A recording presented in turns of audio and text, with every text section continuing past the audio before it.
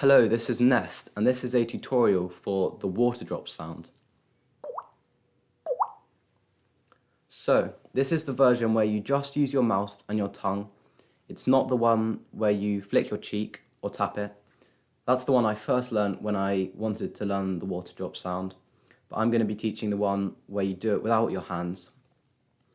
And although it might not sound better at first, it's more practical in a beat, because obviously in the middle of a beat you're not going to be wanting to flick in your cheek.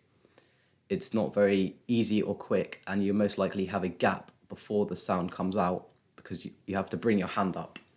And so doing it this way will allow it to be in your beats more smoothly. Okay, so the first step is the mouth movement. So we're going to be saying the word toy. So just practice saying the word toy. So go toy, toy. So you'll notice your mouth goes into a round position, like a whistling position, and then on the Y, it goes outwards, toy.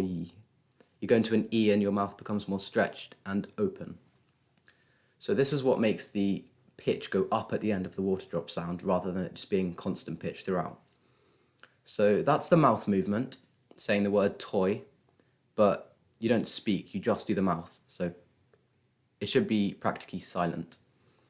Now the next step, which is the most important one, is the tongue movement. And this comes in two parts. So the first part, when you do the T of toy, most likely your tongue is going to be pushing forwards like a hi-hat. So it's going to be blocking the air and then letting it go, which is making the sound. So what we want for this sound is to have it in the same position to begin with, so just behind your teeth on the roof of your mouth, and then you're going to be bringing it backwards and down, and it will make a sort of weak clop. So like it's not as nice as but that's the sound we want. So you don't fully do the clop, it's quite weak. So that's what we want, the tongue coming down and backwards into the middle of your mouth, and it's quite far back.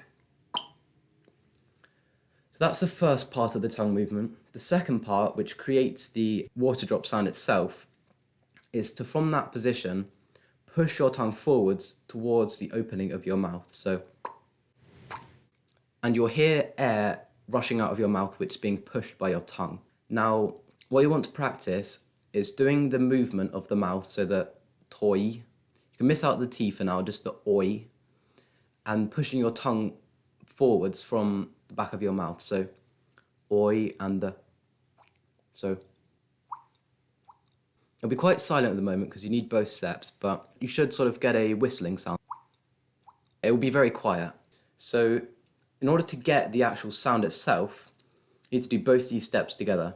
So bringing the tongue back and then doing the pushing it forwards. So if you do these together in quick succession, they have to be quick, it will make the sound so.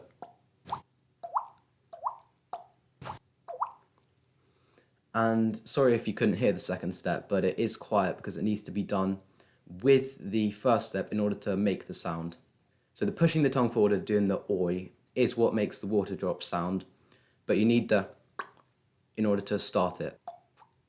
And experiment with how wide you open your mouth. So,